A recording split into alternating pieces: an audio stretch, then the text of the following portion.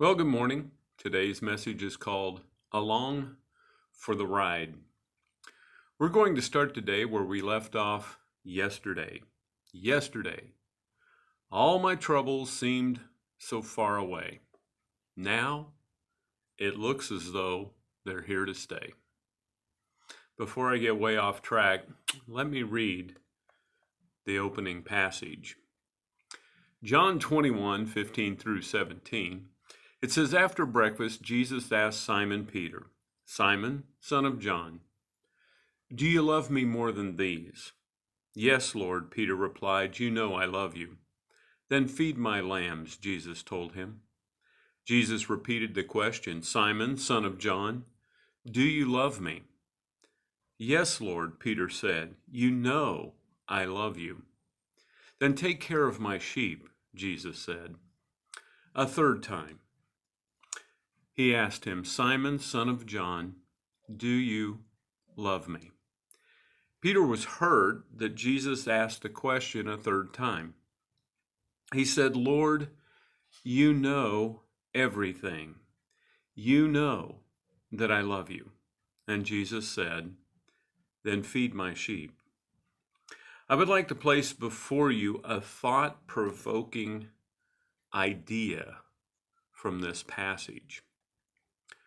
When Jesus asked Peter if he loves him more than these, I would like to say that Jesus is putting forth the love known as storge. This type of love is a community or family love. It's a love of duty to those around you. Jesus is asking Peter if his love for him, for Jesus, is greater than the love of his duty to his community, which is his fellow disciples. Peter knows his master is greater than the others. His love and admiration for Jesus far exceeds those of his fellow disciples. Then Jesus shifts to a different, maybe deeper love called phileo. The phileo love, which is a friendship love, it would be based on goodness towards your friend. It's associated not only with mutual benefit, but also with companionship, dependability, and trust. Jesus is asking Peter if he is a trusting, dependable companion. Peter, although has had a few moments of weakness along the way, he always turns back to the Lord. Then Jesus asked the ultimate question. Do you love me with an agape love? Agape love is an unselfish, sacrificial, giving love. It is a self-surrender for the benefit of others. It truly is a denial of self, a taking up of the cross and doing the work of Christ to those who need to know the love and grace of God. Peter's hurt by the question. This question asks for a commitment. Peter is now standing at the threshold of the mission of Christ. If he steps through this door, his life will become a sacrifice to follow the calling of Jesus, to take the message of salvation and forgiveness to the world. Peter steps through the door. He says, you know that I love you. Peter is now property of the Lord. He has given up his life for Christ. The mission is now important, more important than his own life.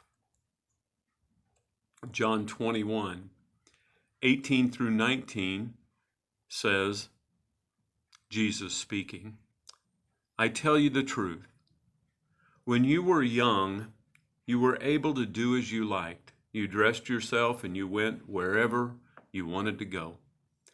But when you are old, you will stretch out your hands and others will dress you and take you where you don't want to go. Jesus said this to let him know by what kind of death he would glorify God. Then Jesus told him, "Follow me." What a calling. What an incredible, amazing opportunity. In a very intimate, personal conversation, Jesus pulls Peter into the mission. Jesus lifts Peter to a very high and very honorable position. Peter has been in the inner circle from the beginning, but now it's time to lead. John 21:20-21 says, Peter turned around and he saw the disciple Jesus loved, the one who had leaned over to Jesus during the supper and asked, "Lord, who will betray you?" And Peter asked Jesus, "What about him, Lord?" Now, Peter has a tendency to be a bit bold, a bit brash, not always as controlled as he should be. He asked Jesus about John. If I get this type of personal attention, what about John? He is the teacher's pet. He seems to always get favorable treatment. What are you going to do with him? It might be a valid question. It might be a question out of jealousy. It might be a question out of concern for John. It could be a question about a close companion and a desire to know what type of position John was going to receive. John 21:22. It says, Jesus replied, "If I want him to remain alive until I return, what is that to you? As for you, follow me." You've turned yourself over to me as Lord. I will be leading and guiding your life's direction. I will give you what you need when you need it. I am trustworthy and true. I will be faithful, never leaving you nor forsaking you. But you don't need to concern yourself about John. I want you to be concerned with the mission. I want you to follow me. Peter has learned his first lesson for the future. Jesus is in charge. He will do what he will do. He will use Peter and John as he decides, and all Peter needs to do is be attentive to Jesus and follow his lead.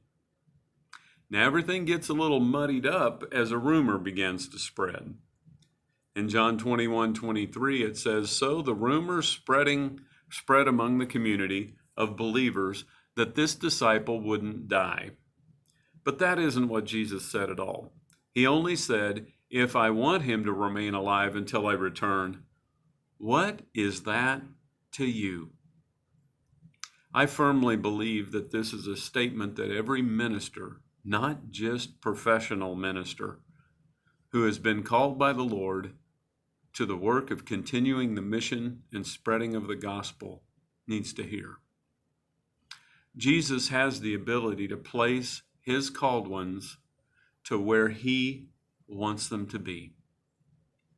He knows what is needed, who will be able to provide what or that need, and we, the called ones, should never look over our shoulders to see what the others are doing.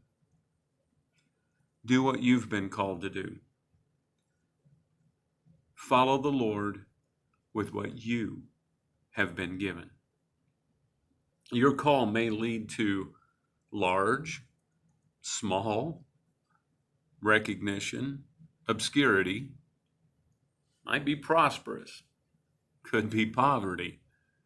You may be called to a neighbor, a family member, workmate, schoolmate, or even just a friend. You may be used for 1 or 1,000 or more, but don't look around. You have the honor and privilege to serve the Lord Jesus Christ in the capacity that He has chosen you for. Lead as though the mission is more important than the self. Take up your cross and follow the Lord. You may just be the vessel Jesus uses to bring one more person into the kingdom through His work for them upon that cross. If you're working for any other reason, you may find yourself looking over your shoulder and not toward those the Lord leads you to. We're going to look at 1 Peter tomorrow. I'll be back then.